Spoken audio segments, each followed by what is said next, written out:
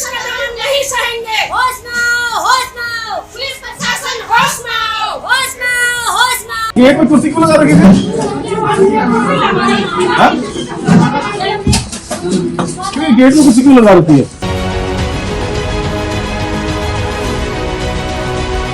बागेश्वर में आज एक बार फिर से जिला पंचायत की सामान्य बैठक काफी हंगामेदार रही। पहली बार बैठक में पुलिस की भी दस्तक देखने को मिली। वहीं कुछ जिला पंचायत सदस्यों ने धरने पर बैठकर विरोध जताते हुए कहा कि शासन से विकास कार्यों के लिए आने वाले बजट का बंदरबाट किया जा रहा है। हंगामे की सूचना मिलते ही उप जिलाधिकारी की सूचना पर कोतवाली पुलिस भी जिला पंचायत में पहुंची, जिसके बाद विवाद ने थमने का नाम नहीं लिया। इस दौरान जिला पंचायत उपाध्यक्ष नवीन परिहार ने आरोप लगाते हुए कहा कि पुलिस को बुलाकर दबाव बनाते हुए बजट को पास करने की कोशिश की गई। वहीं जब इस संदर्भ में जिला पंचायत अध्यक्ष बसंती देव से बात की गई तो उन्होंने बताया कि सभी आरोप बेबुनियाद हैं। साथ ही कहा कि पूर्व से ही कई बार ऐसे बेबुनियाद आरोप लगते आए हैं। साथ ही उन्होंने कहा कि जिला पंचायत अध्यक्ष होने के नाते हमेशा से वे नियमों को ध्यान में रखकर ही अपने काम कर रही हैं।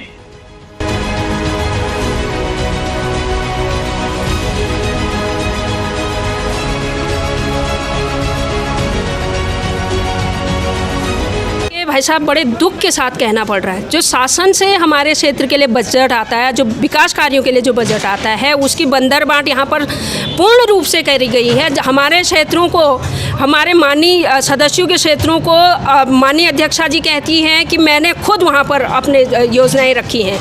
100% बजट जो है माननीय अध्यक्षा जी बांट रही हैं, जिसका हम लोग विरोध कर रहे थे, जिसके विरोध में हम लोग अपर मुख्य अधिकारी से यहाँ पर बात कर रहे थे, वार्ता चली हुई थी। तो इन्होंने अपर मुख्य हमारे कोतवाल साहब नेगी जी यहाँ पर आए। हम 2 महिला हम लोग वहाँ पर थे, हम लोग बैठे हुए थे, सीधे सदन के अंदर आए। हम लोगों को धक्का देने के बाद उन्होंने जो है हमको डराया कि सीधे कहा कि आपके ऊपर ये धारा हम लगाएंगे और आपको जो है हम बंद कर देंगे। उन्होंने सीधे ये एएमए को सीधे उठाया और ले आए। हमारी वार्ता चली हुई थी सदन के अंदर आकर। तो हम पूछना चाहते हैं कि वास्तव में जिला प्रशासन अगर जिंदा है, जिला प्रशासन को लगता है इस तरीके का हो रहा है, हमारे जनपद में एक गतिविधि हो रही है, तो जिला प्रशासन को ये जानकारी क्यों नहीं है कि मेरे जिला प्रशासन, मेरे जिला पंचायत में इतना बड़ा भ्रष्टाचार खुलेआम हो रहा है, खुले मंच पर हो रहा है, खुले तरीके से किया जा रहा है। ये क्यों नहीं देख रहे हैं? ये देखने की बात है, ये देखना चाहिए अधिकारियों और कर्मचारियों से। माननीय हमारी जिलाधिकारी महोदया से भी मेरा विनम्र निवेदन है इस मुद्दे को गहनता से लेकर। और जो महिलाओं के साथ ये बदतमीजी की जा रही है, एक महिला पुलिसकर्मी नहीं थी क्या बागेश्वर में? अगर पुलिस बुलाने की आपको ज़रूरत पड़ी तो महिला पुलिसकर्मी भी आपके पास होंगी, आपके बागेश्वर में होंगी क्या? पुरुष से ही डरते थे हम, महिलाओं से नहीं डरेंगे। सोचा ये क्या ऐसा हुआ, या पुरुष से हमको डरा सकते थे पुलिसकर्मी? तो ये क्या तरीका था? ये काफ़ी सोचनीय विषय है, बागेश्वर के लिए बहुत गंभीर समस्या है। जैसे कि हम लोगों ने कुछ दिन पूर्व इनके द्वारा जो नियोजन बैठक यहाँ पर बैठाए गए थे और इनके द्वारा जो बजट का जो आवंटन किया गया था, उसमें इनके द्वारा 40% विकासहीन कोष अपने पक्ष में रख के बाकी बजट बांटकर हम लोगों से प्रस्ताव मांगे गए। उसी क्रम में मैंने अपर मुख्य अधिकारी को एक पत्र के द्वारा अवगत कराया गया है कि पंचायती राज एक्ट में कहीं पर भी अध्यक्ष के विकासहीन हेतु कोई कोष रखे जाने हो तो प्रावधान नहीं है। उसी के क्रम में आज अध्यक्ष जी ने इसको संज्ञान लेते हुए पुनः दोबारा नियोजन बैठाई गई और नियोजन में अपने चहितों के लिए प्रस्तावों को रखते हुए हमारे क्षेत्र को दरकिनार करते हुए अपना आज बजट को जो है पुलिस को बुलाते हुए, यहाँ पर पुलिस भी आज सदन में पहुँची हुई थी, पुलिस को बुलाते हुए दबाव में हमारे बजट को यहाँ पर पास करने की कोशिश की गई। और जिसके क्रम में हम लोगों का अभी भी विरोध है और पुलिस द्वारा यहाँ पर माननीय सदस्य के संग बदतमीजी भी की गई। और ये जो हमारे ये आज जो कृत्य यहाँ पर किया गया है, ये हमारे कहीं ना कहीं जो हमारा लोकतांत्रिक अधिकार है उसको भी हमारे तरफ छीनने की कोशिश की, क्योंकि एक जनप्रतिनिधि जब चुन के आता है तो उसके ऊपर भी जवाबदारियाँ होती हैं। अपने क्षेत्र के लिए वो बजट के लिए यहाँ पर बोलने का अधिकार होता है, लेकिन आज लोकतंत्र की हत्या की गई है। हमारी आवाज़ को दबाने के लिए पुलिस का बल यहाँ पर प्रयोग किया गया है।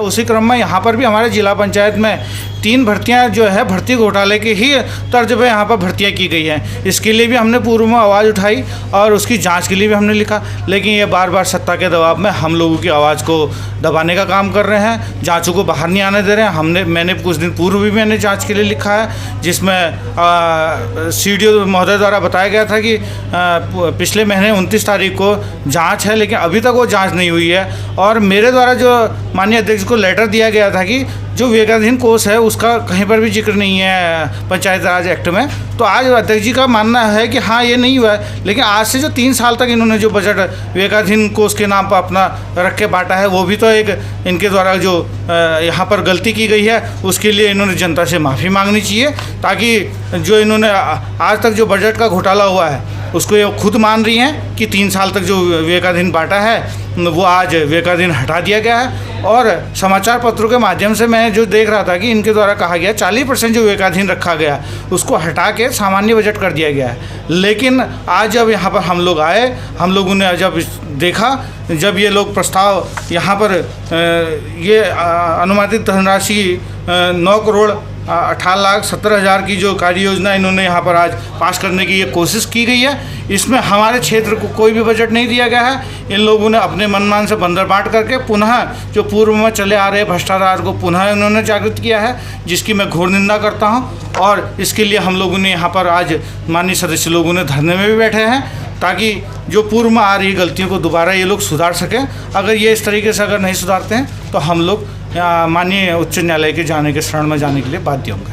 पहले तो मैं आपको बताना चाहूँगी कि जो ये आरोप लगा रहे हैं बिल्कुल झूठे आरोप हैं, क्योंकि उनके द्वारा जब बैठक समाप्त होने के बाद भी अपर मुख्य अधिकारी, वित्त अधिकारी और अकाउंटेंट को जो बंद कर दिया गया था अंदर, तो उनको बाहर निकालने के लिए मैंने एसडीएम बागेश्वर को फ़ोन किया, तो उन्होंने सीओ बागेश्वर और कुछ जवानों को यहाँ भेजे। तो दरवाज़ा खोलने को कहा तो वो दरवाजे के सामने थे और उसको वो गलत तरीके से पेश करके वो कह रहे हैं। ये बिल्कुल झूठा आरोप है, क्योंकि वो मेरे बुलाने पे ही आए, क्योंकि मेरा दायित्व है कि जिला पंचायत में जो भी अधिकारी हैं उनको भी सुरक्षा प्रदान करना मेरा काम है।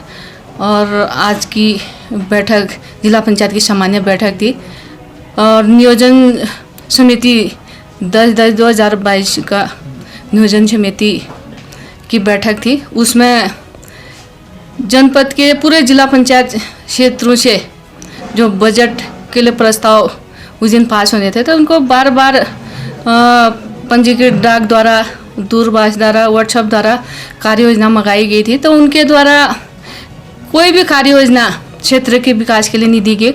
उनका केवल यही उद्देश्य है कि जनपद के विकास को रोकना।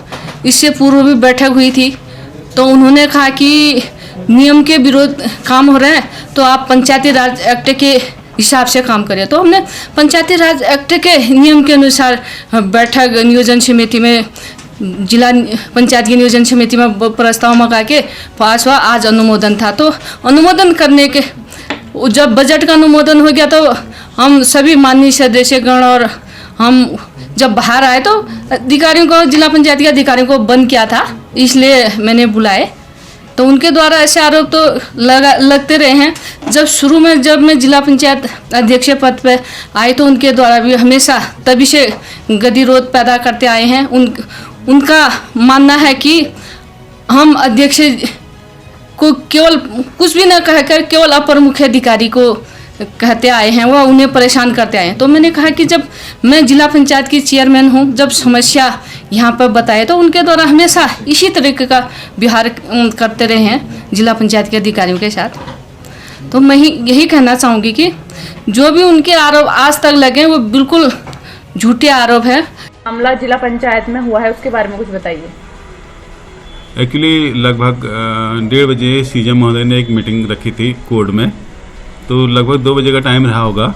एसडीएम साहब का फ़ोन आया मेरे पास कि जिला पंचायत में कुछ लोगों ने जो है वहाँ के ईएमओ को और अकाउंटेंट को जो है बंधक बना के रखा है। इस सूचना पर मैं जिला पंचायत कार्यालय के लिए गया। इसी बीच सीओ साहब का भी फ़ोन आ गया मेरे पास, तो उन्होंने बताया यार कि जिला पंचायत में कुछ ऐसी घटना सुनाई दे रही है, आप जाके देख लें करके। तो मैं गया और मैंने वहीं से फ़ोन से जो है अपने थाने में फ़ोन करके चीता मोबाइल को और हमारे एसएसआई मैडम हैं उन्हें भी मौके पर बुला लिया और सीओ साहब को भी मैंने सूचना कर दी थी। जब मैं मौके पर पहुंचा तो मुझे बताया लोगों ने कि इस बगल वाले सभागार कक्ष में जो है आज इनकी बजट की मीटिंग चल रही थी। मीटिंग समाप्त हो गई है, लेकिन इसके बाद भी कुछ जनप्रतिनिधियों ने जो है कुछ लोग ईएमओ को और अकाउंटेंट को अंदर बिठा रखा है और दरवाज़ा बंद कर रखा है।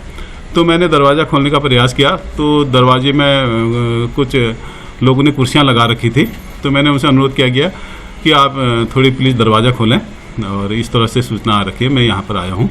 पहले तो उन लोगों ने मना कर दिया, लेकिन फिर जब मैंने बार बार अनुरोध करने पर उन लोगों ने दरवाज़ा खोला। दरवाज़ा खोलने के बाद अंदर जाके देखा मैंने तो 5-7 लोग वहाँ पर मौजूद थे, जिसमें से एक साइड में जो है इनके ईएमओ महोदय और अकाउंटेंट भी बैठे हुए थे, कुछ और लोग भी थे। तो मैंने बताया कि ऐसे ऐसे करके सूचना एसडीएम साहब ने दी है कि यहाँ पर कुछ इनको जो है बंधक बना के रखा है। तो इसी बीच वो लोग उग्र हो गई, कुछ महिलाएं, और मैंने कहा कि हमसे इससे कोई मतलब नहीं, हमें तो सूचना जो भी देगा हम आएंगे, चाहे आप बताते कि ऐसी सूचना है कि आपको बंधक रखा तो हमें आना पड़ता।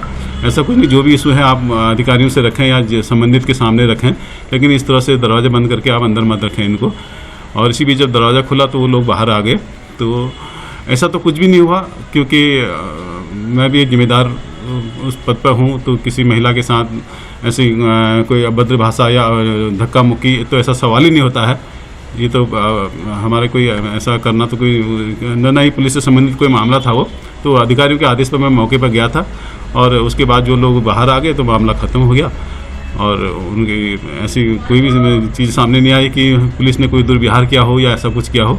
ये तो ज़बरदस्ती का एक इशू बनाने का प्रयास उनके द्वारा किया जा रहा है। सर, उनका कहना है कि वहाँ पर मौके पर महिला कांस्टेबल या महिला कोई पुलिस मौजूद नहीं थी, इस पर आप क्या कहना चाहेंगे? देखिए, हमें पहले तो ये पता नहीं था कि ये बंधक किसको बना रखा है, किसने बना रखा है, कि वहाँ पर कोई महिलाएं भी हैं या नहीं है। ऐसी सूचना पर मौके पर तुरंत पहुँचना ही प्राथमिकता रहती है। मैं सीधे कोर्ट से सीधे मौके पर पहुँचा और वहाँ पर कोई हम अरेस्टिंग के लिए तो जा नहीं रहे थे कि किसी को पकड़ना है। वहाँ पर हम तो व्यवस्था, शांति व्यवस्था बनाने जा रहे थे कि कोई इस तरह से कोई अनहोनी घटना न हो। और उसके बाद मौके पर चंद मिनट बाद ही हमारी एसएसआई मैडम वहाँ पर पहुँच चुकी थी, सीओ साहब भी मौके पर आ गए थे। ऐसा तो अगर कोई हमें किसी को पकड़ने जाना होता तो तब मैं पहले से ही प्लान बना के जाते, या हमें ये पता होता कि वहाँ पर महिलाएं हैं। तो ऐसा तो कुछ भी नहीं था कि उस मौके की हमने सारी वीडियो बना रखी है, सारी फ़ोटोज़ हमारे पास हैं। कहीं पर भी आपको ये दिखे कि पुलिस ने किसी तरह का दुर्व्यवहार किया हो या कोई उनके साथ धक्का मुक्की तो छोड़ो, मतलब लगभग 5 मीटर दूरी से हमने उनसे बात करी होगी ना। इस तरह से तो ऐसा तो कुछ कहना तो ये तो गलत है। जो भी आरोप इन लोगों द्वारा लगाए गए हैं ये खाली बेबुनियाद हैं, इसका कोई तथ्य तो है नहीं, कोई ना ही इनमें कोई सार्थकता है। ये बेवजह पुलिस को इन्वॉल्व करने का प्रयास किया जा रहा है।